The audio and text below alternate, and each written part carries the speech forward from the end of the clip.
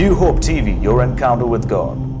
ಕರ್ತನಲ್ಲಿ ಪ್ರಿಯರಾದ ಸಹೋದರ ಸಹೋದರಿಯರೇ, ನಿಮ್ಮೆಲ್ಲರಿಗೂ ಕೂಡ ಯೇಸು ಕ್ರಿಸ್ತನ ಮುದ್ದಾದ, ಇಂಪಾದ, ಅದ್ಭುತವಾದ, ಅತಿಶಯವಾದ, ಎಲ್ಲ ನಾಮಕ್ಕಿಂತ ಮೇಲಾದ ನಾಮವಾಗಿರುವಂಥ ಯೇಸು ಕ್ರಿಸ್ತನ ನಾಮದಲ್ಲಿ ನನ್ನ ವಂದನೆಗಳು, ನನ್ನ ಅಭಿನಂದನೆಗಳು, ನನ್ನ ಹಾರೈಕೆಗಳು, ನನ್ನ ಆಶೀರ್ವಾದಗಳು, ನನ್ನ ಸ್ತೋತ್ರಗಳನ್ನು ಹೇಳ್ಕೊಳ್ತಿದ್ದೇನೆ.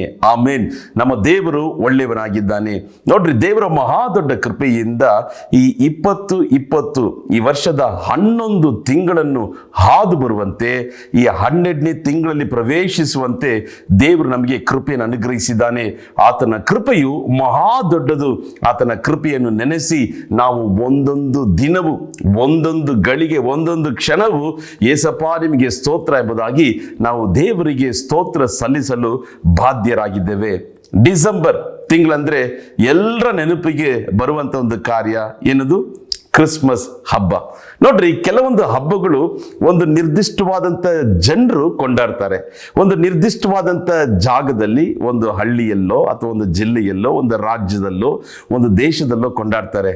ಆದರೆ ಯೇಸು ಕ್ರಿಸ್ತನ ಜನನ, ಆ ಕ್ರಿಸ್ಮಸ್ ಹಬ್ಬ ಇಡೀ ಲೋಕವೇ ಕೊಂಡಾಡ್ತದೆ. ಯಾಕೆ ಗೊತ್ತಾ? ಆತನೇ ಜೀವವುಳ್ಳ ದೇವರು. ಅನೇಕರು ಹೇಳ್ತಾರೆ ಯೇಸು ಕ್ರಿಸ್ತನು ಡಿಸೆಂಬರ್ 25 ಹುಟ್ಟಲಿಲ್ಲ. ಆ ದಿನದಲ್ಲಿ ಯೇಸು ಕ್ರಿಸ್ತನು ಹುಟ್ಟಿದ್ನೋ ಇಲ್ವೋ ನಮಗೆ ಗೊತ್ತಿಲ್ಲ. ಆದರೆ ಯೇಸು ಕ್ರಿಸ್ತನು ಈ ಲೋಕದಲ್ಲಿ ಹುಟ್ಟಿದ್ದಾನೆ. ಅದನ್ನು ನಾವು ಕೊಂಡಾಡಬೇಕು. ಬರೀ ಕ್ರಿಸ್ಮಸ್ ದಿನ ಮಾತ್ರ ಅಲ್ಲ, ಬರೀ ಡಿಸೆಂಬರ್ ತಿಂಗಳು ಮಾತ್ರ ಅಲ್ಲ, ಬರೀ ಆಲಯಕ್ಕೆ ಹೋಗಿ ಕ್ಯಾರಲ್ ಸಾಂಗ್ಸ್ ಹಾಡೋದು ಅದು ಮಾತ್ರ ಅಲ್ಲ. ಪ್ರತಿದಿನವೂ ನಾವು ಕ್ರಿಸ್ತನ ಜನನವನ್ನು ಕೊಂಡಾಡುತ್ತಾ, ಆತನು ನಮ್ಮ ಜೀವಿತದಲ್ಲಿ ಕೊಟ್ಟಂತ ಮಹಾದೊಡ್ಡ ರಕ್ಷಣೆಯನ್ನು ನಾವು ಕೊಂಡಾಡಲು ನಾವು ಬಾಧ್ಯರಾಗಿದ್ದೇವೆ. ಹಾಲೆಲೂಯಾ. ಚರಿತ್ರೆಯನ್ನೇ ವಿಭಾಗ ಮಾಡಿದ. ಆಮೇನ್. ಕ್ರಿಸ್ತ ಶಕ, ಕ್ರಿಸ್ತ ಪೂರ್ವ. ಹೇಗೆ ಯಾವುದೋ ಒಂದು ಹಳ್ಳಿಯಲ್ಲಿ ಬೆತ್ಲೆಹೇಮ್ ಎಂಬುದಾಗಿ ಅಡ್ರೆಸ್ಸೇ ಇಲ್ಲದಿರುವಂತ ಒಂದು ಜಾಗದಲ್ಲಿ ಹುಟ್ಟಿದಂತ ಯೇಸು ಕ್ರಿಸ್ತನ ಚರಿತ್ರೆಯನ್ನು ವಿಭಾಗ ಮಾಡಲು ಸಾಧ್ಯ? ಯಾರೇ ಇರಲಿರಿ, ಅವ್ರ ಚರಿತ್ರೆಯನ್ನು ಓದ್ಬೇಕಾದ್ರೆ ಕ್ರಿಸ್ತ ಶಕ, ಕ್ರಿಸ್ತ ಪೂರ್ವ ಎಂಬುದಾಗಿ ಅದನ್ನ ಇಟ್ಕೊಂಡೆ ಅವರು ಓದ್ಬೇಕು. ಯಾಕೆ ಗೊತ್ತಾ? ಚರಿತ್ರೆಯನ್ನೇ ವಿಭಾಗ ಮಾಡಿದಂತ ನನ್ನ ಯೇಸು ಕ್ರಿಸ್ತನು, ಆ ದೇವಕುಮಾರನು ಪರಲೋಕದ ವೈಭವ ಮಹಿಮೆಯನ್ನು ತೊರೆದು ಸಾಧಾರಣವಾದ ಮನುಷ್ಯನಾಗಿ ಈ ಧರೆಗೆ ಇಳಿದಾತನು, ಆತನೇ ಜೀವವುಳ್ಳ ದೇವರಾಗಿದ್ದಾನೆ. ಹಾಲೆಲೂಯಾ. ಕ್ರಿಸ್ಮಸ್ ಹಬ್ಬದ ಮಹಾದೊಡ್ಡ ಉದ್ದೇಶ ಏನ್ ಗೊತ್ತಾ? ನರಕ ಖಾಲಿ ಆಗ್ಬೇಕು, ಪರಲೋಕವು ಭರ್ತಿ ಆಗ್ಬೇಕು. ಆಮೇಲೆ ಸಂಕ್ಷಿಪ್ತವಾಗಿ ಹೇಳ್ಬೇಕಂದ್ರೆ, ಯಾಕಪ್ಪ ಯೇಸು ಕ್ರಿಸ್ತನ ಹುಟ್ಟಿದಾಗ ಹೇಳ್ಬೇಕಾದ್ರೆ, hell must become empty and heaven must become housefull. ನರಕ ಖಾಲಿ ಆಗ್ಬೇಕ್ರಿ, ಪರಲೋಕವು ತುಂಬಲ್ಪಡಬೇಕು. ಅದೇ ಕ್ರಿಸ್ತನ ಜನನದ ಮಹಾದೊಡ್ಡ ಉದ್ದೇಶವಾಗಿದೆ.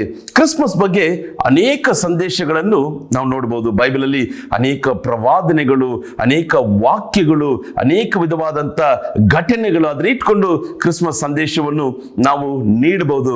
ಆದರೆ ಇವತ್ತು ಪವಿತ್ರಾತ್ಮನು ಯೇಸು ಕ್ರಿಸ್ತನ ಬಗ್ಗೆ ದೇವರು ಪ್ರವಾದನೆಯಾಗಿ ನುಡಿದಂತ ವಾಕ್ಯವನ್ನು ನಾವು ಧ್ಯಾನಿಸಲಿದ್ದೇವೆ.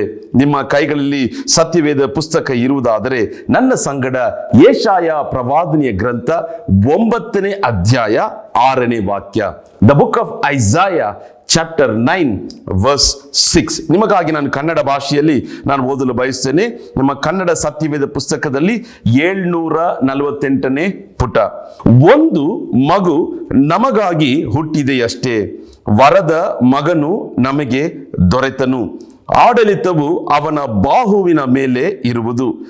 ಅದ್ಭುತ ಸ್ವರೂಪನು, ಆಲೋಚನಾಕರ್ತನು, ಪರಾಕ್ರಮಿಯಾದ ದೇವರು, ನಿತ್ಯನಾದ ತಂದೆ, ಸಮಾಧಾನ ಪ್ರಭು ಎಂಬುವು ಅವನ ಹೆಸರು. ಯೇಸು ಕ್ರಿಸ್ತನ ಬಗ್ಗೆ ಪ್ರವಾದಿಯಾಗಿರುವಂಥ ಯೆಶಾಯ ಹೆಚ್ಚು ಕಮ್ಮಿ 700 ಅಥವಾ 800 ವರ್ಷಗಳ ಹಿಂದೆ, ಕ್ರಿಸ್ತ ಜನನದ 800 ವರ್ಷಗಳ ಹಿಂದೆ ಯೇಸು ಕ್ರಿಸ್ತನ ಬಗ್ಗೆ ಪ್ರವಾದನೆಯಾಗಿ ಬರೆದಿರುವಂತ 5 ನಾಮಗಳು, ಅದನ್ನು ಇವತ್ತು ನಾವು ಧ್ಯಾನಿಸಲಿದ್ದೇವೆ. ಹಾಲೆಲೂಯಾ. ಎಷ್ಟೊಂದು ಅದ್ಭುತವಾಗಿ ದೇವರು ತನ್ನ ನಾಮಗಳ ಬಗ್ಗೆ ಹೆಚ್ಚು ಕಮ್ಮಿ 800 ವರ್ಷಗಳ ಹಿಂದೆ ಪ್ರವಾದಿಯಾದಂಥ ಯೆಶಾಯ ಮುಖಾಂತರವಾಗಿ ಆತನ ಪ್ರವಾದನೆಯನ್ನು ನುಡಿದಿದ್ದಾನೆ. ಕೊಡ್ತಾನೆ. ಆ 5 ನಾಮಗಳು, ಈ 5 ನಾಮಗಳನ್ನು ಈ ಸಂದೇಶ ಕೇಳ್ತಿರ್ಬೇಕಾದ್ರೆ ನೀವೆಲ್ಲರೂ ಕಂಠಪಾಠ ಮಾಡಿ ಈ 5 ನಾಮಗಳನ್ನು ನೀವು ಸ್ತೋತ್ರ ಮಾಡಬೇಕು. ಸರಿನಾ? ಮೊದಲದಾಗಿ ವಾಕ್ಯ ಹೇಳ್ತದೆ, ಅದ್ಭುತ ಸ್ವರೂಪನು. ಯೇಸು ಕ್ರಿಸ್ತನಿಗೆ ಪ್ರವಾದನೆಯಾಗಿ 800 ವರ್ಷಗಳ ಹಿಂದೆ ಕೊಡಲ್ಪಟ್ಟಿರುವಂತ ನಾಮ ಏನು? ಅದ್ಭುತ ಸ್ವರೂಪನು. ಆಂಗ್ಲ ಭಾಷೆಯಲ್ಲಿ ವಂಡರ್ಫುಲ್, ಅದ್ಭುತ ಸ್ವರೂಪನು. ಎರಡನೇದಾಗಿ ಆಲೋಚನಾ ಕರ್ತನು, ಕೌನ್ಸಲರ್, ಆಲೋಚನಾ ಕರ್ತನು. ಮೂರನೇದಾಗಿ ಪರಾಕ್ರಮಿಯಾದ ದೇವರು, ದಿ ಮೈಟಿ ಗಾಡ್. ನಾಲ್ಕನೇದಾಗಿ ನಿತ್ಯನಾದ ತಂದೆ, ದಿ ಎವರ್ ಲಾಸ್ಟಿಂಗ್ ಫಾದರ್. ಐದನೇದಾಗಿ ಸಮಾಧಾನದ ಪ್ರಭು, ದ ಪ್ರಿನ್ಸ್ ಆಫ್ ಪೀಸ್. ನನ್ನ ಸಂಗಡ ಎಲ್ಲರೂ ಸೇರಿ ಹೇಳ್ತೀರಾ? ಕೈಗಳನ್ನು ಮೇಲಕ್ಕೆತ್ತಿ ಹೇಳ್ತೀರಾ? ಕಂಠಪಾಠ ಮಾಡ್ತೀರಾ? ಅದ್ಭುತ ಸ್ವರೂಪನು, ಆಲೋಚನಾ ಕರ್ತನು, ಪರಾಕ್ರಮಿಯಾದ ದೇವರು, ನಿತ್ಯನಾದ ತಂದೆ, ಸಮಾಧಾನದ ಪ್ರಭು. ದೇವರೇ, ಈ ನಿನ್ನ ನಾಮಗಳಿಗಾಗಿ ನಿಮಗೆ ಸ್ತೋತ್ರ ಸ್ವಾಮಿ, ನಿಮಗೆ ಸ್ತೋತ್ರ ಸ್ವಾಮಿ. ಈ 5 ನಾಮಗಳಿಗಾಗಿ ಸ್ತೋತ್ರ ಸ್ವಾಮಿ. ನಿನ್ನ ಅದ್ಭುತ ಸ್ವರೂಪನು ಸ್ವಾಮಿ, ನಿನ್ನ ಆಲೋಚನಾ ಕರ್ತನ ಸ್ವಾಮಿ, ನೀನು ಪರಾಕ್ರಮಿಯಾದ ದೇವರು ಸ್ವಾಮಿ, ನೀನು ನಿತ್ಯನಾದ ತಂದೆ ಸ್ವಾಮಿ, ನೀನು ಸಮಾಧಾನದ ಪ್ರಭು. ಈ 5 ನಾಮಗಳಿಗಾಗಿ ನಿಮಗೆ ಸ್ತೋತ್ರ.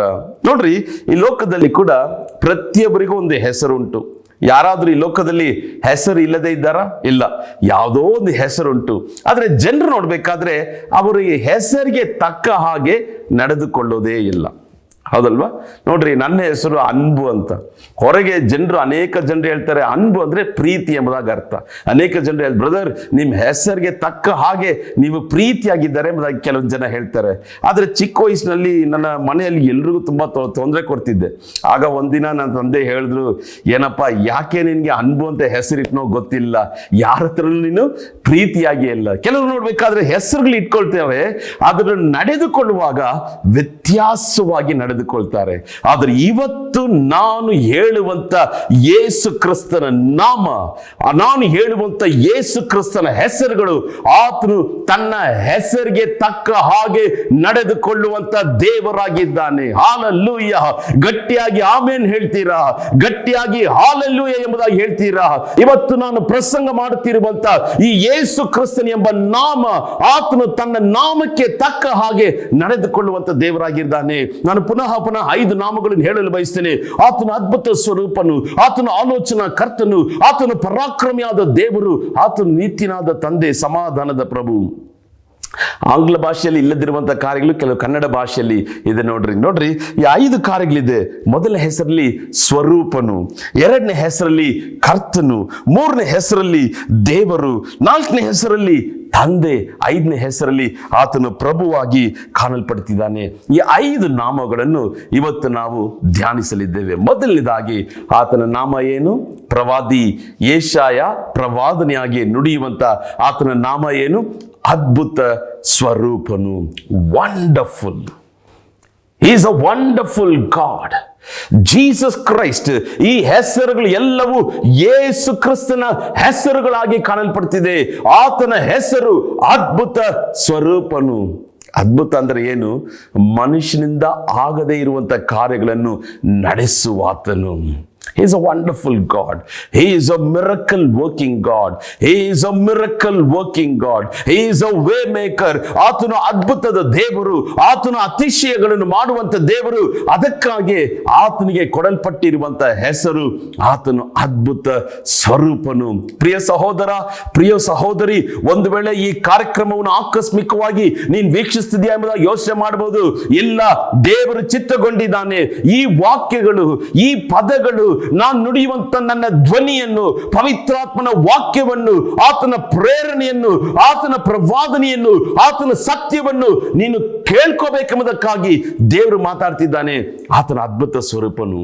ಆಮೇನ್. ನಾನು ಹೇಳಿದೆ, ಹೆಸರಿಗೆ ತಕ್ಕ ಹಾಗೆ ಆತನು ನಡೆದುಕೊಳ್ಳುವಂತ ದೇವರು. ನನ್ನ ಯೇಸು ಕ್ರಿಸ್ತನ ಹೆಸರು ಅದ್ಭುತ ಸ್ವರೂಪನಾದರೆ, ನೀವು ಹುಡುಕುವಂತ, ನೀವು ಆರಾಧಿಸುವಂತ, ನೀವು ಪ್ರಾರ್ಥನೆ ಮಾಡುವಂತ ಪ್ರತಿಯೊಂದು ಪ್ರಾರ್ಥನೆಯಲ್ಲಿ ಯೇಸುವಿನ ನಾಮದಲ್ಲಿ ಪ್ರಾರ್ಥನೆ ಮಾಡ್ತೇನೆ ಎಂಬುದಾಗಿ ಹೇಳುವಂತ ಆ ನಾಮಕ್ಕೆ ಏನ್ ಶಕ್ತಿ ಇದೆ? ಆತನ ಅದ್ಭುತಗಳನ್ನು ಮಾಡುವಂತ ದೇವರು.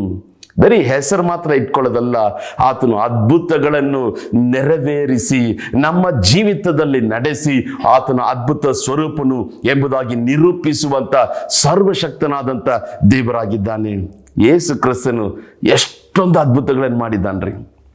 ಯೋಹಾನ 20ನೇ ಅಧ್ಯಾಯದಲ್ಲಿ ಓದಬೇಕಾದ್ರೆ ತನ್ನ ಶಿಷ್ಯರ ಮುಂದೆ ಆತನು ಮಾಡಿದಂಥ ಅದ್ಭುತಗಳು ಲೆಕ್ಕನೇ ಇಲ್ಲ, ಅಷ್ಟೊಂದು ಅದ್ಭುತಗಳು. ಆದರೆ ಸತ್ಯವೇದದಲ್ಲಿ ಒಂದು 37 ಯೇಸು ಕ್ರಿಸ್ತನು ಮಾಡಿದಂಥ ಅದ್ಭುತಗಳನ್ನು ಮಾತ್ರ ಬರೆಯಲ್ಪಟ್ಟಿದೆ. ಕುಷ್ಠರೋಗಿಗಳನ್ನು ಸ್ವಸ್ಥ ಮಾಡಿದ, ಆಮೇಲೆ ಕ್ರೂಡರಿಗೆ ಕಣ್ಣು ಕೊಟ್ಟ, ಕಿವಿಡರಿಗೆ ಕಿವಿಗೊಟ್ಟ, ಮೂಗರನ್ನು ಮಾತಾಡುವಂತೆ ಮಾಡಿದ, ನಡು ಬೊಗ್ಗಿ ಹೋದವರಿಗೆ ನೆಟ್ಟಿಗೆ ಮಾಡಿದ, ಸತ್ತವರನ್ನು ಜೀವಂತವಾಗಿ ಎಬ್ಬಿಸಿದ, ಆತನು ಕುಂಟರನ್ನು ನಡೆಯುವಂತೆ ಮಾಡಿದ, ಸತ್ತವರನ್ನು ಜೀವಂತವಾಗಿ ಎಬ್ಬಿಸಿದಂಥ ಸರ್ವಶಕ್ತನಾದಂಥ ದೇವರನ್ನು ನಾವು ಆರಾಧಿಸ್ತಿದ್ದೇವೆ.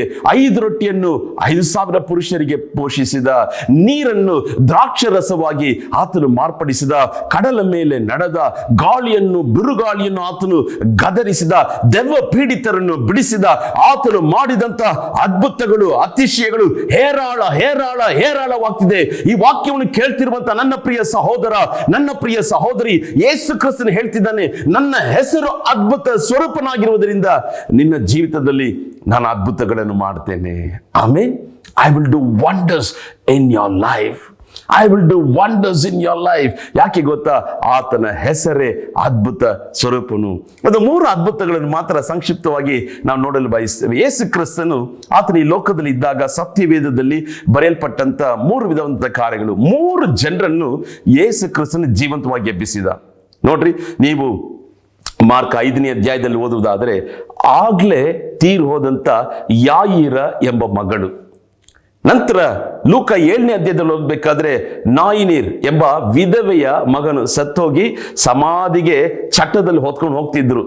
3ನೇದಾಗಿ ಆತನು ವ್ಯಾಧಿಪಟ್ಟ, ಆತನು ಸತ್ತೋದ, ಆತನು ಹೂಣಿಡಲ್ಪಟ್ಟ. 4 ದಿನಗಳಾದ ಮೇಲೆ ಆ ಲಾಜರನನ್ನು ಯೇಸು ಕ್ರಿಸ್ತನು ಜೀವಂತವಾಗಿ ಎಬ್ಬಿಸಿದ. ಯೋಹಾನ 11ನೇ ಅಧ್ಯಾಯದಲ್ಲಿ ನೀವು ಅದನ್ನು ಓದಬಹುದು. ಇವತ್ತು ದೇವರು ನಿಮ್ಮನ್ನು ನೋಡಿ ಹೇಳ್ತಿದ್ದಾನೆ, ನಿಮ್ಮ ಪರಿಸ್ಥಿತಿ ಈಗಲೇ ಸತ್ತು ಹೋಗಿದೆಯಾ? ಯಾಯಿರ ಮಗಳ ಹಾಗೆ ಸತ್ತೋಗಿದೆಯಾ? ನಾನು ಅದರಲ್ಲಿ ನಿನಗೊಂದು ಅದ್ಭುತವನ್ನು ಮಾಡುವೆ. ಆಮೇನ್. ಇಲ್ಲ ಬ್ರದರ್, ಈಗ ಸತ್ತು ಹೋಯ್ತು, ಅದನ್ನು ಸಮಾಧಿಲಿ ಇಡಕ್ಕೆ ನಾವು ಹೊತ್ಕೊಂಡು ಹೋಗ್ತಿದ್ದೀವಿ, ಇನ್ಮೇಲೆ ಅಷ್ಟೇ ಮುಗಿಯಿತು. ದೇವ್ರು ಹೇಳ್ತಿದ್ದಾನೆ, ಅದು ಸತ್ತು 4 ಗಂಟೆಗಳಾಗ್ಲಿ 10 ಗಂಟೆಗಳಾದ್ರಿ ಅದನ್ನು ಸಮಾಧಿ ಇಡಕ್ಕೆ ಅಷ್ಟೇ ಮುಗಿದೋಯ್ತು ಎಂಬುದಾಗಿ ನೀವು ಯೋಚನೆ ಮಾಡ್ತಿದ್ರು ಕೂಡ ಅದರಲ್ಲಿ ದೇವರು ನಿಮಗೊಂದು ಅದ್ಭುತವನ್ನು ಮಾಡುವಂತ ದೇವರಾಗಿದ್ದಾನೆ.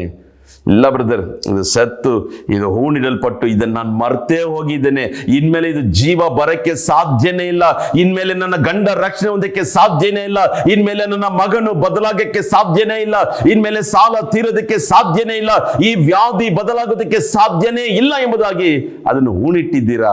ದೇವರ ಅದರಲ್ಲಿ ಕೂಡ ಅದ್ಭುತವನ್ನು ಮಾಡುವಂತ ದೇವರಾಗಿದ್ದಾನೆ. ಯಾಕೆ ಗೊತ್ತಾ? ಆತನು ಅದ್ಭುತ ಸ್ವರೂಪನು. He is a wonderful God. He is a wonderful God. His name is wonderful.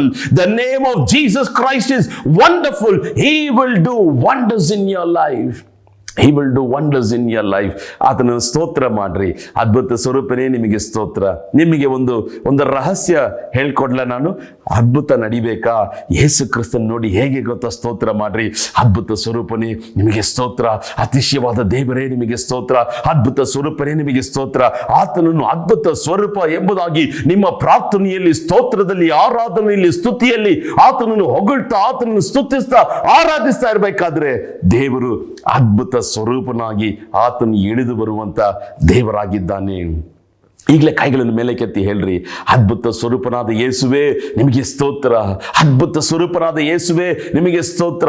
ದೇವರೇ, ನನ್ನ ಪರಿಸ್ಥಿತಿಗೆ, ದೇವರೇ ಮುಗಿದು ಹೋಗಿರುವಂತ ನನ್ನ ಪರಿಸ್ಥಿತಿಗೆ, ದೇವರೇ ಸಮಾಧಿಯಲ್ಲಿ ಇಡಲ್ಪಟ್ಟ ಆಗಿರುವಂತ ನನ್ನ ಪರಿಸ್ಥಿತಿಗೆ ನೀನು ನೂತನ ಜೀವನವನ್ನು ಕೊಡಲು ಸಾಧ್ಯ ಎಂಬುದಾಗಿ ಈಗಲೇ ಆತನನ್ನು ಸ್ತುತಿಸಿರಿ, ಆತನನ್ನು ಸ್ತೋತ್ರ ಮಾಡ್ರಿ. 2ನೇದಾಗಿ ಆತನ ಹೆಸರು ಏನೆಂಬುದಾಗಿ ನೋಡ್ಬೇಕಾದ್ರೆ ಆಲೋಚನಾ ಕರ್ತನು. ಆಮೇನ್. ನೋಡ್ರಿ, ಕ್ರೈಸ್ತ ವಿಶ್ವಾಸಿಗಳಾಗಿರುವಂತ ನಿಮಗೂ ನಮಗೂ, ದೇವರ ಮಕ್ಕಳಾಗಿರುವಂತ ನಿಮಗೂ ನಮಗೂ, ಬೈಬಲನ್ನು ಓದುವಂತ ಧ್ಯಾನಿಸುವಂತ ನಿಮಗೂ ನಮಗೂ, ಯೇಸುವಿನ ರಕ್ತದ ಮುಖಾಂತರವಾಗಿ ಪಾಪಗಳಿಂದ ತೊಳೆಯಲ್ಪಟ್ಟಿರುವಂತ ನಿಮಗೂ ನಮಗೂ, ಆತನ ಆಲಯವಾಗಿರುವಂತ ನಿಮಗೂ ನಮಗೂ ದೊಡ್ಡ ಭಾಗ್ಯತೆ ಏನ್ ಗೊತ್ತಾ? ಅದ್ಭುತಕ್ಕೆ ಒಬ್ಬರನ್ನು ಹುಡುಕೋದು, ಆಲೋಚನೆಗೆ ಇನ್ನೊಬ್ಬರನ್ನು ಹುಡುಕೋಬೇಕಾದ ಅವಶ್ಯಕತೆಯೇ ಇಲ್ಲ. ಪರಾಕ್ರಮಿಯಾದಂಥ ದೇವರು ಇನ್ನೊಬ್ಬರನ್ನು ಹುಡುಕ್ಬೇಕಾದ ಅವಶ್ಯಕತೆನೇ ಇಲ್ಲ. ಸಮಾಧಾನಕ್ಕೆ ಇನ್ನೊಂದು ಕಡೆಗೆ ಹೋಗಿ ಹುಡುಕ್ಬೇಕಾದ ಅವಶ್ಯಕತೆನೇ ಇಲ್ಲ. ಎಲ್ಲವೂ ನಿಮಗೆ ಏನ್ ಬೇಕು ಎಲ್ಲವೂ ಒಂದೇ ನಾಮದಲ್ಲಿ ಅದು ಅಡಕವಾಗಿದೆ. ಅದೇ ಯೇಸು ಕ್ರಿಸ್ತನು ಎಂಬ ಉನ್ನತವಾದ ನಾಮ. ಇಲ್ಲಿ ಎರಡನೇದಾಗಿ ನಾವು ನೋಡ್ತೇವೆ, ಆತನು ಆಲೋಚನಾ ಕರ್ತನಾಗಿದ್ದಾನೆ. ನಮ್ಗೆ ಆಲೋಚನೆ ಕೊಡ್ತಾನ್ರಿ. ಹಾಲೆಲೂಯ. ಕೀರ್ತನೆಯ 32:8 ಹೇಳ್ತದೆ, ನೀನು ನಡೆಯಬೇಕಾದ ಮಾರ್ಗವನ್ನು ನಾನು ನಿನಗೆ ತೋರಿಸುವನು. ನಾನು ನಿನ್ನನ್ನು ಕಟಾಕ್ಷಿಸಿ ನೀನು ಯಾವ ಜಾಗಕ್ಕೆ ಹೋಗ್ಬೇಕು ನಾನು ನಿನಗೆ ಆಲೋಚನೆ ಕೊಡ್ತೇನೆ. ಮಗಳೇ, ಎಡಗಡೆಗೆ ಹೋಗ್ಬೇಕಾ, ಬಲಗಡೆಗೆ ಹೋಗ್ಬೇಕಾ, ಮುಂದೆ ಹೋಗ್ಬೇಕಾ, ಒಂದೇ ಜಾಗದಲ್ಲಿ ಇರ್ಬೇಕಾ, ಹಿಂದಕ್ಕೆ ಹೋಗ್ಬೇಕಾ, ನಾನು ನಿನಗೆ ಆಲೋಚನೆಯನ್ನು ಕೊಡುವವನಾಗಿದ್ದೇನೆ. ಕೀರ್ತನೆ 103:7 ವಾಕ್ಯದಲ್ಲಿ ನೋಡಬೇಕಾದ್ರೆ, ಮೋಶೆಗೆ ತನ್ನ ಮಾರ್ಗವನ್ನು, ಇಸ್ರಾಯೇಲ್ ಜನರಿಗೆ ತನ್ನ ಕೃತ್ಯಗಳನ್ನು ದೇವರು ಪ್ರಕಟಿಸಿದ. ಇವತ್ತು ದೇವರು ಹೇಳ್ತಿದ್ದಾನೆ, ನಾನು ನಿನಗೆ ಮಾರ್ಗಗಳನ್ನು ತೋರಿಸುವೆ. ಇಸ್ರಾಯೇಲ್ ಜನರಿಗೆ ಮೇಘ ಸ್ತಂಭವಾಗಿ, ಅಗ್ನಿ ಸ್ತಂಭವಾಗಿ ಆತನು ಮಾರ್ಗ ನಡೆಸಿದ್ದು ನಿಜ. ಆದರೆ ಇವತ್ತು ದೇವರು ಹೇಳ್ತಿದ್ದಾನೆ, ನೀನು ನಡೆಯಬೇಕಾದ ಮಾರ್ಗವನ್ನು ನಾನು ನಿನಗೆ ತೋರಿಸುವೆ, ನಾನು ನಿನಗೆ ಆಲೋಚನೆ ಕೊಡ್ತೇನೆ. ಈ ಲೋಕದಲ್ಲಿ ಯಾರು ಕೂಡ ಹೇಳಕ್ಕೆ ಸಾಧ್ಯನೇ ಇಲ್ಲ, ನನಗೆ ಆಲೋಚನೆನೇ ಬೇಡ, ನನಗೆಲ್ಲ ಗೊತ್ತಿದೆ. ಕೆಲವರು ಇದ್ದಾರೆ ಆ ರೀತಿಯಾಗಿ ಅಲ್ವಾ. ಯಾರಾದ್ರೂ ಒಂದು ಬುದ್ಧಿಮಾತು ಹೇಳಿದ್ರೆ ನನಗೆಲ್ಲ ಗೊತ್ತು ಅಲ್ವಾ. ಯಾರಾದರೂ ಇಲ್ಲಪ್ಪ ನೀನು ಇದು ಮಾಡಬೇಕು, ನನಗೆಲ್ಲ ಗೊತ್ತು, ಎಲ್ಲ ಆ ರೀತಿಯಾಗಲ್ಲ. ನಾವು ದೇವರ ಆಲೋಚನೆಯನ್ನು ಹೊಂದಿಕೊಳ್ಳಬೇಕು. ಯಾಕೆ ಗೊತ್ತಾ, ಆತನ ಹೆಸರೇ ಆಲೋಚನಾ ಕರ್ತನು. ಒಂದು ಮಾತು ಹೇಳಲ್ಲ, ನಮ್ಮ ಆಲೋಚನೆಗಳು ಮನುಷ್ಯರಿಂದ ಬರುವುದಕ್ಕಿಂತ ದೇವರ ಬಳಿಯಿಂದ ಬರುವುದು ಅದು ಉತ್ತಮವಾಗಿದೆ. ಇವತ್ತು ಅನೇಕರು ಆಲೋಚನೆಗಾಗಿ ಎಲ್ಲೆಲ್ಲೋ ಓಡ್ತಾರ್ರಿ. ನೋಡಿದ್ರೆ ನಮ್ಮ ದೇಶದಲ್ಲಿ ಕೌನ್ಸಿಲಿಂಗ್ ಸೆಂಟರ್ಗಳು ಹೆಚ್ಚಾಗಿ ಕಾಣಲ್ಪಡ್ತಾ ಇದೆ. We will give you counselling, ನೀವು ಏನ್ ಮಾಡ್ಬೇಕು, ಏನ್ ನಡಿಬೇಕು. ಓಕೆ, ಒಂದ್ ಕಡೆ ಅದೆಲ್ಲ ನಮಗೆ ಪ್ರಯೋಜನವಾಗಿದ್ರು, ಪ್ರಧಾನವಾಗಿ ದೇವರು ಹೇಳ್ತಿದ್ದಾನೆ, ನಾನು ನಿನಗೆ ಆಲೋಚನೆ ಕೊಡ್ತೇನೆ, ನಾನು ನಿನಗೆ ಆಲೋಚನೆ ಕೊಡ. ಚಿಕ್ಕ ಚಿಕ್ಕ ವಿಷಯದಲ್ಲಿ ಆತನ ಆಲೋಚನೆ ಕೊಡುವಂತ ದೇವರಾಗಿದ್ದಾನೆ. ದೊಡ್ಡ ದೊಡ್ಡ ವಿಷಯದಲ್ಲಿ ಆತನ ಆಲೋಚನೆ ಕೊಡುವಂತ ದೇವರಾಗಿದ್ದಾನೆ. ಮನೆ ಕಟ್ಟಬೇಕಾ, ದೇವರು ನಮಗೆ ಆಲೋಚನೆ ಕೊಡ್ತಾನೆ. ಸೇವೆ ಪ್ರಾರಂಭಿಸಬೇಕಾ, ಸೇವೆ ನಡೆಸಬೇಕಾ, ದೇವರು ನಮಗೆ ಆಲೋಚನೆ ಕೊಡ್ತಾನೆ. ಕುಟುಂಬವನ್ನು ನಡೆಸಬೇಕಾ, ದೇವರು ನಮಗೆ ಆಲೋಚನೆ ಕೊಡ್ತಾನೆ. ಯಾವ ಕಾರ್ ಕೊಂಡ್ಕೋಬೇಕು, ಯಾವ ಬೈಕ್ ಕೊಂಡ್ಕೋಬೇಕು, ಯಾವ ಜಾಗಕ್ಕೆ ಹೋಗ್ಬೇಕು, ನೀವು ಪ್ರತಿ ಕಾರ್ಯದಲ್ಲಿ ದೇವರನ್ನೊಂದು ಮಿತ್ರನ ಹಾಗೆ, ಆಲೋಚನಾ ಕರ್ತನ ಹಾಗೆ ನೀವು ಆತನೊಟ್ಟಿಗೆ ಆಪ್ತವಾಗಿರುವುದಾದರೆ ಆತನು ಪ್ರತಿ ಕಾರ್ಯದಲ್ಲಿ ನಮಗೆ ಆಲೋಚನೆಯನ್ನು ಕೊಡುವಂತ ದೇವರಾಗಿದ್ದಾನೆ. ಯೇಸಪ್ಪ, ನನ್ನ ಆಲೋಚನೆ ಪ್ರಕಾರ ಬೇಡ ಸ್ವಾಮಿ, ನಿನ್ನ ಆಲೋಚನೆ ನನಗೆ ಉಂಟಾಗಲಿ ಎಂಬುದಾಗಿ ನಾವು ಪ್ರಾರ್ಥನೆ ಮಾಡಬೇಕಾದ್ರೆ ಆತನು ಆಲೋಚನಾ ಕರ್ತನಾಗಿ ನಮಗೆ ಪ್ರಕಟಣೆ ಆಗುವಂತ ದೇವರಾಗಿದ್ದಾನೆ. Hallelujah. Every decision in your life, it should not be taken in the presence of people, but it should be taken in the presence of God. ನಿಮ್ಮ ಜೀವಮಾನದಲ್ಲಿ ನೀವು ತೆಗೆಯುವಂತ ಪ್ರತಿಯೊಂದು ತೀರ್ಮಾನಗಳು ಮನುಷ್ಯರ ಪ್ರಸನ್ನತೆಯಲ್ಲಿ ಅಲ್ಲ ರೀ, ದೇವರ ಪ್ರಸನ್ನತೆಯಲ್ಲಿ ತೆಗೆದುಕೊಳ್ಳಬೇಕು. ಯಾಕೆ ಗೊತ್ತಾ, ದೇವರ ಪ್ರಸನ್ನತೆಯಲ್ಲಿ ಆತನ ಆಲೋಚನೆಯನ್ನು ಕೊಡುವಂತ ದೇವರಾಗಿದ್ದಾನೆ. ನನಗೆ 2 ಮಕ್ಕಳು, ಒಂದು ಮಗಳು ದೊಡ್ಡವಳು 6ನೇ ತರಗತಿ ಓದ್ತಾಳೆ, ಇನ್ನೊಬ್ಬ ಮಗ ಅವನು 1ನೇ ತರಗತಿ ಓದ್ತಿದ್ದಾನೆ. ನನ್ನ ಮಗಳು ಶಾಲೆಗೆ ಸೇರಿಸ್ಬೇಕು. ಈಗ ಅನೇಕ ಬೆಂಗಳೂರು ಪಟ್ಟಣದಲ್ಲಿ ನೋಡ್ಬೇಕಾದ್ರೆ ಹೇರಾಳವಾದಂಥ ಶಾಲೆಗಳಿದೆ ಅಲ್ವಾ. ಒಂದೊಂದು ಬೀದಿಗೂ ಕಿಡ್ಸ್ ಸ್ಕೂಲ್ಗಳು, ಅನೇಕ ಕಾರ್ಯಗಳು ಕಾಣಲ್ಪಡ್ತಾ ಇದೆ. ಈಗ ನನಗೆ ಬಹಳ ಗಲಿಬಿಲಿ ಆಯ್ತು. ಎಷ್ಟೋ ಸ್ಕೂಲ್ಗಳು ನೋಡ್ಬಿಟ್ಟು ಈಗ ಕಡೆಯದಾಗಿ 2 ಸ್ಕೂಲು, ಒಂದು ಡೈರೆಕ್ಷನ್ ಇದೆ, ಈಗ ಇನ್ನೊಂದು ಡೈರೆಕ್ಷನ್ ಇದೆ. ಆಗ ಒಂದೇ ಕನ್ಫ್ಯೂಷನ್. ಆಗ ನಾನು ಒಂದೊಂದು ಕಾರ್ಯ ತೀರ್ಮಾನ ಮಾಡಿದೆ, ಏಸಪ್ಪ ಏನೇ ಇದ್ರೂ ಕೂಡ ನೀನು ಆಲೋಚನೆ ಕೊಡುವಂತ ದೇವರು ಸ್ವಾಮಿ. ಆಗ ಒಂದು ರಾತ್ರಿ ಒಂದು 10-10:30 ಇರ್ಬೋದು, ಮನೆಯಲ್ಲಿ ನಾನು ನಡ್ಕೊಂಡು ಪ್ರಾರ್ಥನೆ ಮಾಡ್ತಾ ಇದ್ದೆ, ಏಸಪ್ಪ ನನಗೆ ನೀನು ಆಲೋಚನೆ ಕೊಡು ಸ್ವಾಮಿ, ನನಗೆ ನೀನು ಆಲೋಚನೆ ಕೊಡು ಸ್ವಾಮಿ, ಯಾವ ಶಾಲೆಯಲ್ಲಿ ಸೇರಿಸ್ಬೇಕು ನನಗೆ ಆಲೋಚನೆ ಕೊಡು ಸ್ವಾಮಿ. ನೋಡಿದ್ರ, ದಿಢೀರ್ ಎಂಬುದಾಗಿ ದೇವರು ಮಾತಾಡಕ್ಕೆ ಶುರು ಮಾಡ್ದ. ಏನ್ ಗೊತ್ತಾ, ಅಬ್ರಹಾಮನು ಲೋಟನು ಬೇರೆ ಬೇರೆಯಾಗಿ ಹೋದ್ರು. ಅಬ್ರಹಾಮನು ಯಾವ ದಿಕ್ಕಿನಲ್ಲಿ ಹೋದ್ನೋ ಆ ದಿಕ್ಕಿನಲ್ಲಿರುವಂತ ಶಾಲೆಯಲ್ಲಿ ನಿನ್ನ ಮಗಳನ್ನು ಸೇರಿಸು. ಆಮೇಲೆ ದೇವರು ತುಂಬಾ ಒಳ್ಳೆಯವ್ರಿ. ನೀವು ಆತನ ಆಲೋಚನೆಯನ್ನು ಹೊಂದಿಕೊಳ್ಳುವುದಾದ್ರೆ ಚಿಕ್ಕ ಚಿಕ್ಕ ವಿಷಯದಲ್ಲಿ, ಎಲ್ಲ ಕಾರ್ಯದಲ್ಲಿ ಆತ ನಿಮಗೆ ಆಲೋಚನೆ ಕೊಡ್ತಾನೆ. ಆಗ ಬೈಬಲ್ ಅನ್ನು ತೆರೆದು ನೋಡಿದೆ, ಅಬ್ರಹಾಮನು ಯಾವ ದಿಕ್ಕಿನಲ್ಲಿ ಹೋದ್ನೋ ಆ ದಿಕ್ಕಿನಲ್ಲಿರುವಂತ ಶಾಲೆಯಲ್ಲಿ ನಾನು ಸೇರಿಸಿದೆ. ಹಾಲೆಲೂಯಾ. ಪ್ರತಿಯೊಂದು ಕಾರ್ಯದಲ್ಲಿ ಆತನ ಆಲೋಚನೆ ಕೊಡ್ತಾನೆ. ಓದ್ಬೇಕಾದ್ರೆ ಆಲೋಚನೆ ಕೊಡ್ತಾನೆ, ಕೆಲಸ ಮಾಡ್ಬೇಕಾದ್ರೆ ಆಲೋಚನೆ ಕೊಡ್ತಾನೆ, ಸೇವೆ ಮಾಡ್ಬೇಕಾದ್ರೆ ಹೇಗೆ ಪ್ಲಾನ್ ಮಾಡಬೇಕು ಎಲ್ಲವನ್ನ ಆತನ ಆಲೋಚನೆ ಕೊಡುವಂತ ದೇವರಾಗಿದ್ದಾನೆ. He is a counsellor. counselor. My Jesus is a counselor. When you seek his counsel, you can assuredly receive his counseling. ಆಮೇಲೆ ಎರಡು ನಾಮಗಳು ನೋಡಿದ್ವಿ. ಮೊದಲನೇದಾಗಿ ಅದ್ಭುತ ಸ್ವರೂಪನು, ಎರಡನೇದಾಗಿ ಆಲೋಚನಾಕರ್ತನು. ಮೂರನೇ ನಾಮ, ಆತನು ಪರಾಕ್ರಮಿಯಾದ ದೇವರು. He is a mighty God. ಯೇಸು ಕ್ರಿಸ್ತನು ಯಾರು? ಪರಾಕ್ರಮಿಯಾದಂಥ ದೇವರು. ಅನೇಕರು ಒಂದು ವೇಳೆ ದೇವರ ನಂಬಿಕೆ ಇಲ್ಲದವ್ರು ಯೋಚನೆ ಮಾಡ್ಬೋದು, ಯೇಸುಗೆ ಶಕ್ತಿನೇ ಇಲ್ಲ ರೀ, ಶಿಲುಬೆಗೆ ಹಾಕ್ಬೇಕಾದ್ರೆ ಸುಮ್ಮನಿದ್ದ. ಪರಾಕ್ರಮಿಯಾದಂಥ ದೇವರಿದ್ರೆ ಆತನ ತನ್ನನ್ನು ಕಾಪಾಡ್ಕೋಬೇಕಲ್ಲ.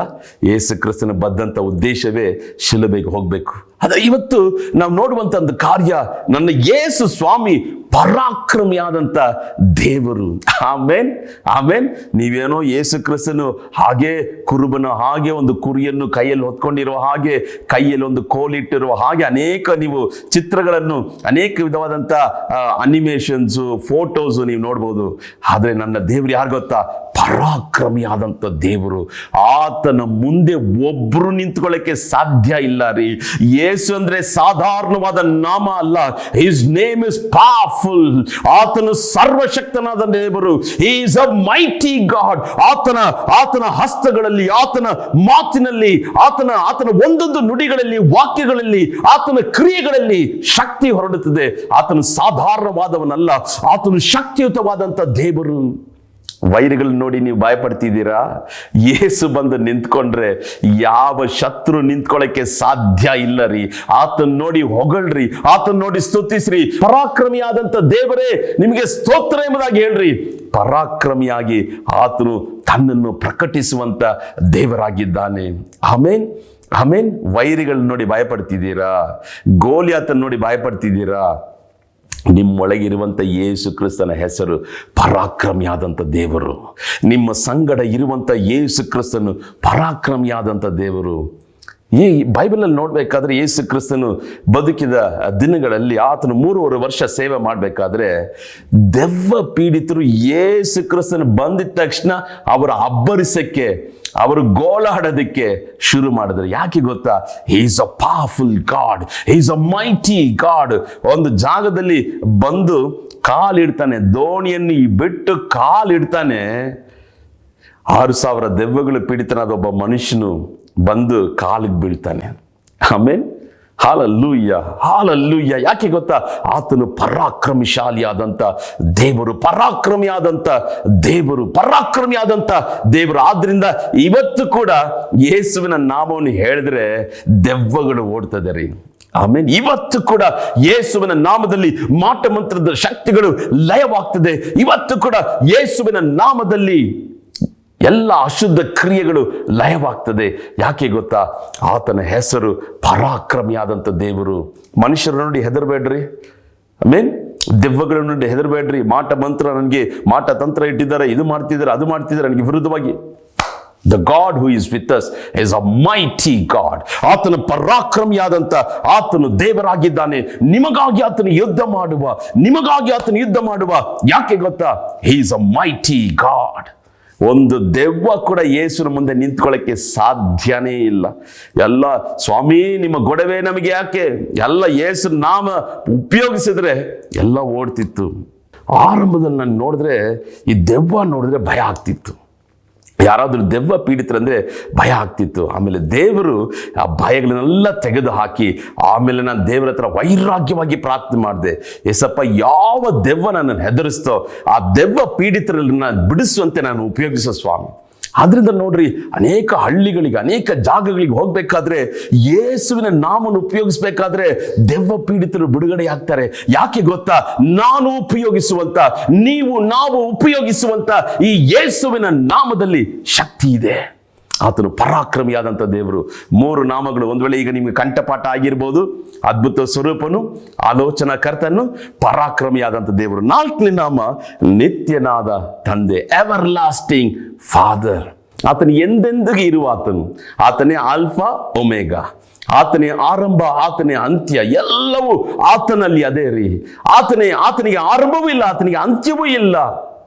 ನಿತ್ಯನಾದ ತಂದೆ. ನಿಮಗೊಬ್ಬ ತಂದೆ ಇದ್ದಾನೆ. ಯಾವ ಧರ್ಮ ಪುಸ್ತಕದಲ್ಲಿ ಕೊಡಲ್ಪಡದೇ ಇರುವಂತ ಒಂದು ಸತ್ಯ, ಒಂದು ಭಾಗ್ಯತೆ ಏನು ಗೊತ್ತಾ? ನಾವು ನಮ್ಮ ದೇವರನ್ನು ತಂದೆ ಅಂತ ಕರಿಬೋದು, ಏಸಪ್ಪ ಅಂತ ಕರಿಬೋದು. ಆಮೇನ್. ಏಸಪ್ಪ, ಅನೇಕ ಜನರು ನೋಡ್ರಿ ಪ್ರಾರ್ಥನೆ ಮಾಡಬೇಕಾದ್ರೆ ಏಸಪ್ಪ ಏಸಪ್ಪ ಅಂತಾರೆ. ಯಾಕೆ ಗೊತ್ತಾ? ಆತನ ಹೆಸರೇ ತಂದೆ ರೀ. ನನಗೊಬ್ಬ ತಂದೆ ಇದ್ದಾನೆ. ತಂದೆ ಇಲ್ಲ ಎಂಬುದಾಗಿ ಬೇಜಾರು ಪಡ್ತಿದ್ದೀರಾ? ತಂದೆ ಇಲ್ಲ ಎಂಬುದಾಗಿ ವೇದನೆ ಪಡ್ತಿದ್ದೀರಾ? ಅಯ್ಯೋ, ನನಗೆ ತಂದೆ ಇದ್ದಿದ್ರೆ ಇದೆಲ್ಲ ಮಾಡ್ತಿದ್ರೆ ಎಂಬುದಾಗಿ ಯೋಚನೆ ಮಾಡ್ತಿದ್ದೀರಾ? ಇಲ್ಲ, ಆತ ನಿಮಗೆ ನಿತ್ಯನಾದ ತಂದೆಯಾಗಿದ್ದಾನೆ. ನನಗೆ 15 ವಯಸ್ಸು ಇರಬೇಕಾದ್ರೆ ನನ್ನ ತಂದೆಯನ್ನು ನಾನು ಕಳ್ಕೊಂಡೆ. ಆತನು ತೀರು ಹೋಗಿ ನಾನು ಒಂದು ಬೇರೆ ಊರಿಗೆ ಹೋಗಿದ್ದೆ. ಹಿಂದಿರುಗಿ ಬರೋದಕ್ಕೆ 3 ದಿವಸಗಳಾಯಿತು. 3 ದಿವಸಗಳು ನನ್ನ ತಂದೆಯ ಆ ಶವವನ್ನು ಮನೆ ಮುಂದೆ ಇಟ್ಟಿದ್ರು. ನಾನು ಎಲ್ಲಿದ್ದೇನೆ ಎಂಬುದಾಗಿ ಕಂಡುಹಿಡಿಯಕ್ಕಾಗಲಿಲ್ಲ. ಯಾಕೆಂದರೆ ಆ ಟೈಮಲ್ಲಿ ಫೋನ್ ಇರಲಿಲ್ಲ, ಮೊಬೈಲ್ ಇರಲಿಲ್ಲ. ಅವತ್ತು ಬೆಳಗ್ಗೆ ಹೋಗಿ ಹೂಣಿಟ್ರು. ನಾನು ಸಂಜೆ ನನ್ನ ಮನೆಗೆ ಹಿಂದಿರುಗಿ ಬಂದೆ. ಆಗ ನೋಡಬೇಕಾದ್ರೆ ಎಲ್ಲರೂ ಅಳ್ತಿದ್ರು. ನನ್ನ ತಂದೆನ ನೋಡೋಕ್ಕೆ ಆಗಲಿಲ್ಲ, ಅವರ ಕಡೆ ಮುಖವನ್ನು ಕೂಡ ನೋಡೋಕ್ಕೆ ಆಗಲಿಲ್ಲ. ಮನಸ್ಸಲ್ಲಿ ಭಯಂಕರವಾದ ವೇದನೆ, ದುಃಖ. ಅವತ್ತು ರಾತ್ರಿ ಒಂದು ತೀರ್ಮಾನ ಮಾಡಿದೆ, ಈ ಲೋಕದಲ್ಲಿ ದೇವರೇ ಇಲ್ಲ ಎಂಬುದಾಗಿ ನಾನು ವೈರಾಗ್ಯವಾಗಿದ್ದೆ. ಆದರೆ ಆ ಘಟನೆ ನಡೆದು ಒಂದು 5-6 ವರ್ಷಗಳ ನಂತರ ದೇವರು ನನಗೆ ಕಾಣಿಸ್ಕೊಂಡ, ದೇವರು ನನಗೆ ಪ್ರತ್ಯಕ್ಷನಾದ. ಆತನ ಏನು ಗೊತ್ತಾ ಹೇಳ್ದ? ನಾನು ನಿನಗೆ ತಂದೆಯಾಗಿದ್ದೇನೆ. Amen. I am your father. ಅನೇಕ ಸಾರಿ ದೇವರು ನನ್ನ ಸಂಗಡ ಮಾತಾಡಬೇಕಾದ್ರೆ ಒಂದು ಮಗನ ಹತ್ರ ಮಾತಾಡುವ ಹಾಗೆ, ಒಂದು ತಂದೆ ಮಗನ ಒಂದು ಬಾಂಧವ್ಯ, ನಾನು ನಿನಗೆ ತಂದೆಯಾಗಿದ್ದೇನೆ, ಆ ತಂದೆಯ ಜಾಗವನ್ನು ನಾನು ಭರ್ತಿ ಮಾಡ್ತೇನೆ. ಯಾಕೆ ಗೊತ್ತಾ? ಆತನ ಹೆಸರೇ ನಿತ್ಯನಾದ ತಂದೆ. ಕಡೆಯದಾಗಿ ಆತನಿಗೆ ಇನ್ನೊಂದು ನಾಮ ಕೊಡಲ್ಪಟ್ಟಿದೆ, ಸಮಾಧಾನದ ಪ್ರಭು, ಪ್ರಿನ್ಸ್ ಆಫ್ ಪೀಸ್. ಆಮೇನ್. ಸಮಾಧಾನದ ಪ್ರಭು. ಆಮೇನ್. ಯೋಹಾನ 14ನೇ ಅಧ್ಯಾಯ 26-27 ಓದಬೇಕಾದ್ರೆ, ಶಾಂತಿಯನ್ನು ನಿಮಗೆ ಕೊಡ್ತೇನೆ. ಆಮೇನ್. ಸಮಾಧಾನವನ್ನು ನಿಮಗೆ ಕೊಡ್ತೇನೆ. ಲೋಕವು ಕೊಡುವ ರೀತಿಯಲ್ಲೆಲ್ಲ ನನ್ನ ಸಮಾಧಾನವನ್ನೇ ನಾನು ನಿಮಗೆ ಕೊಡ್ತೇನೆ. ಸಮಾಧಾನ ಇಲ್ಲ ಅಂತ ಅನೇಕರು ಕುಡಿತಾ ಇದ್ದೀರಾ, ಸಮಾಧಾನ ಇಲ್ಲ ಅಂತ ನೀವು ಸಿಗರೆಟ್ ಸೇರ್ತಿದ್ದೀರಾ, ಸಮಾಧಾನ ಇಲ್ಲ ಅಂತ ವ್ಯಭಿಚಾರ, ವೇಷಿತನ, ಮಾದಕ ವಸ್ತುಗಳು, ಕ್ಲಬ್ಗಳು, ಬಾರ್ಗಳು, ಡ್ಯಾನ್ಸ್ಗಳು, ಲೌಕಿಕ ಫ್ರೆಂಡ್ಸ್ಗಳೆಂಬುದಾಗಿ ಹುಡುಕ್ತಾ ಇದ್ದೀರಾ. ಎಲ್ಲೂ ಸಮಾಧಾನನೇ ಸಿಗದೇ ಇಲ್ಲ. ಒಬ್ಬರ ಬಳಿಯಲ್ಲಿ ನಿಜವಾದ ಸಮಾಧಾನ, ನಿರಂತರವಾದಂಥ ಸಮಾಧಾನ, ಅದು ಯೇಸುವಿನ ಬಳಿಯಲ್ಲಿ ಮಾತ್ರ. ಯಾಕೆ ಗೊತ್ತಾ? ಆತನು ಸಮಾಧಾನದ ಪ್ರಭು. ಕುಡಿದುಬಿಟ್ಟು 10 ತಾಸು ನಿದ್ದೆ ಮಾಡಿದ್ರೆ 10 ತಾಸು ಒಂದು ವೇಳೆ ನೀನು ಪ್ರಜ್ಞೆ ಇಲ್ಲದೆ ನಿದ್ದೆ ಮಾಡ್ಬೋದು, ಬೆಳಗ್ಗೆ ಎಚ್ಚರವಾದರೆ ಸಮಾಧಾನ ಇಲ್ಲ. ಆದರೆ ಯೇಸು ಕ್ರಿಸ್ತನು ನಿಮ್ಮ ಹೃದಯದಲ್ಲಿ ಇರುವಾಗ ಆತನು ಎಂದೆಂದಿಗೂ ನಿಮಗೂ ನಮಗೂ ಸಮಾಧಾನವನ್ನು ಕೊಡುವಂತ ದೇವರಾಗಿದ್ದಾನೆ. ಸಮಾಧಾನದ ಪ್ರಭು. 5 ನಾಮವನ್ನು ಇನ್ನೊಂದಾರ್ತಿ ಹೇಳಿ ನಾವು ಪ್ರಾರ್ಥನೆ ಮಾಡೋಣ. ಮೊದಲನೇದಾಗಿ ನೀವು ಕೂಡ ನನ್ನ ಸಂಗಡ ಹೇಳ್ತೀರಾ? ನಿಮ್ಮ ಶಬ್ದ ನಾನು ಕೇಳಿಸ್ಕೊಳ್ಳೋಕ್ಕಾಗಲ್ಲ, ಆದ್ರೂ ಕೂಡ ಮನೆಯಲ್ಲಿ ಹೇಳ್ರಿ. ಮೊದಲನೇ ಹೆಸರು, ಆತನು ಅದ್ಭುತ ಸ್ವರೂಪನು. ಆಮೇಲೆ ಎಲ್ಲರೂ ಕೂಡ ನನ್ನ ಜೊತೆ ಕೈ ಈ ತರ ಮಾಡ್ರಿ. ಮೊದಲನೇ ಹೆಸರು ಅದ್ಭುತ ಸ್ವರೂಪನು, 2ನೇ ಹೆಸರು ಆಲೋಚನಾ ಕರ್ತನು, 3ನೇ ಹೆಸರು ಪರಾಕ್ರಮಿಯಾದಂಥ ದೇವರು, 4ನೇ ಹೆಸರು ನಿತ್ಯನಾದ ತಂದೆ, 5ನೇ ಹೆಸರು ಸಮಾಧಾನದ ಪ್ರಭು. ಹಾಲೆಲೂಯಾ. ಈ 5 ನಾಮಗಳನ್ನು ಸ್ತೋತ್ರ ಮಾಡ್ತಾ ಮಾಡ್ತಾ ಮಾಡ್ತಾ ನಾವು ದೇವರ ನಾಮವನ್ನು ಮಹಿಮೆ ಪಡಿಸೋಣ. ಕಣ್ಗಳನ್ನು ಮುಚ್ಚಿ ಪ್ರಾರ್ಥಿಸೋಣ. ಯೇಸುವೇ, ಒಂದು ವೇಳೆ ಈ 5 ಆಶೀರ್ವಾದಗಳು ನಿಮಗೆ ಬೇಕಾಗಿರುವುದಾದರೆ ಒಂದು ಚಿಕ್ಕ ಪ್ರಾರ್ಥನೆಯನ್ನು ಸಂಗಡ ಮಾಡ್ತೀರಾ? ಇದೆಲ್ಲ ಕೊಡಲು ಒಂದೇ ಒಬ್ಬರು ಯೇಸು ಕ್ರಿಸ್ತನು ಮಾತ್ರ ಈ ಎಲ್ಲ ಆಶೀರ್ವಾದಗಳನ್ನು ಹೊಂದ್ಕೋಬೇಕಾದ್ರೆ, ಯೇಸುವೇ ನನ್ನ ಹೃದಯದಲ್ಲಿ ಬಾ ಸ್ವಾಮಿ, ನಿನ್ನನ್ನು ನನ್ನ ದೇವರಾಗಿ ರಕ್ಷಕನಾಗಿ ಸ್ವೀಕಾರ ಮಾಡ್ಕೊಳ್ತೇನೆ. ಯಾರನ್ನು ಒತ್ತಾಯ ಇಲ್ಲ, ಇಟ್ಸ್ ನಾಟ್ ಕಂಪಲ್ಷನ್. ಆತನು ನೀವು ಕರೆದ್ರೆ ಮಾತ್ರ ಬರುವಂಥ ದೇವರಾಗಿದೆ. ನನ್ನ ಸಂಗಡ ಸೇರಿ ಪ್ರಾರ್ಥನೆ ಮಾಡ್ತೀರಾ? ಯೇಸುವೇ, ನನ್ನ ಹೃದಯದಲ್ಲಿ ಬಾ ಸ್ವಾಮಿ, 5 ಆಶೀರ್ವಾದಗಳು ನನಗೆ ಬೇಕು ಸ್ವಾಮಿ. ನಿತ್ಯ ಜೀವ ನನಗೆ ಬೇಕು ಸ್ವಾಮಿ. ಮರಣದ ನಂತರ ಪರಲೋಕ ರಾಜ್ಯ ನನಗೆ ಬೇಕು ಸ್ವಾಮಿ. ನನ್ನ ಹೃದಯದಲ್ಲಿ ಬಾ, ನಿನ್ನನ್ನು ರಕ್ಷಕನಾಗಿ ದೇವರಾಗಿ ನಾನು ಸ್ವೀಕರಿಸಿಕೊಳ್ತೇನೆ. ನೀನೇ ನನ್ನ ಒಡೆಯ, ನಿನಗಾಗಿ ನಾನು ಬದುಕ್ತೇನೆ ಎಂಬುದಾಗಿ ನಾವು ಪ್ರಾರ್ಥನೆ ಮಾಡೋಣ. ಏಸಪ್ಪ, ನಾವು ನಿಮ್ಮನ್ನು ಸ್ತುತಿಸ್ತೇವೆ ಸ್ವಾಮಿ. ನಮ್ಮ ಹೃದಯದಲ್ಲಿ ಪ್ರವೇಶಿಸಪ್ಪ. ಈ ಕಾರ್ಯಕ್ರಮ ನೋಡಿ ಯಾರೆಲ್ಲ ಪ್ರಾರ್ಥನೆ ಮಾಡ್ತಿದ್ದಾರೋ ದೇವರ, ಅವರ ಹೃದಯದಲ್ಲಿ ಪ್ರವೇಶಿಸು, ಅವರ ಪಾಪಗಳನ್ನು ಕ್ಷಮಿಸು, ನಿಮ್ಮ ರಕ್ತದಿಂದ ತೊಳೆದು ಶುದ್ಧೀಕರಿಸು. ಅವರ ಹೆಸರುಗಳು ಜೀವಬಾಧ್ಯರ ಪಟ್ಟಿಯಲ್ಲಿ ಬರೆಯಲ್ಪಡಲಿ ಸ್ವಾಮಿ. ನಮ್ಮ ಸಂಗಡ ಇದು ನಮ್ಮ ನಡೆಸು, ಯೇಸುವಿನ ನಾಮದಲ್ಲಿ ತಂದೆಯೇ, ಆಮೇನ್, ಆಮೇನ್. ದೇವರು ನಿಮ್ಮನ್ನು ಆಶೀರ್ವದಿಸಲಿ. ಈ ಕಾರ್ಯಕ್ರಮದ ಬಗ್ಗೆ ಅನೇಕ ಜನರಿಗೆ ನೀವು ಪರಿಚಯ ಪಡಿಸಿರಿ. ಒಂದು ವೇಳೆ ಈ ಕಾರ್ಯಕ್ರಮದ ಮುಖಾಂತರವಾಗಿ ನೀವು ಆಶೀರ್ವಾದವನ್ನು ಹೊಂದಿರುವುದಾದರೆ ದಯವಿಟ್ಟು ನಮಗೆ ತಿಳಿಯಪಡಿಸಿರಿ. ನ್ಯೂ ಹೋಪ್ ಟಿವಿಗೆ ಕರೆ ಮಾಡ್ರಿ, ಕೆಳಗೆ ಕೊಡಲ್ಪಟ್ಟಿರುವಂತಹ ನನ್ನ ಮೊಬೈಲ್ಗೂ ಕರೆ ಮಾಡ್ರಿ. ಪ್ರಾರ್ಥನಾ ಮನವಿಗಳಿರುವುದಾದರೆ ನನ್ನ ನಂಬರ್ಗೆ ಕರೆ ಮಾಡ್ರಿ, ನ್ಯೂ ಹೋಪ್ಗೂ ಕರೆ ಮಾಡ್ರಿ. ದೇವರು ನಿಮ್ಮ ಜೀವಿತದಲ್ಲಿ ಮಹತ್ತಾದ ಕಾರ್ಯಗಳನ್ನು ಮಾಡುವಂತ ದೇವರಾಗಿದ್ದಾನೆ. God bless you. ಆಮೇನ್.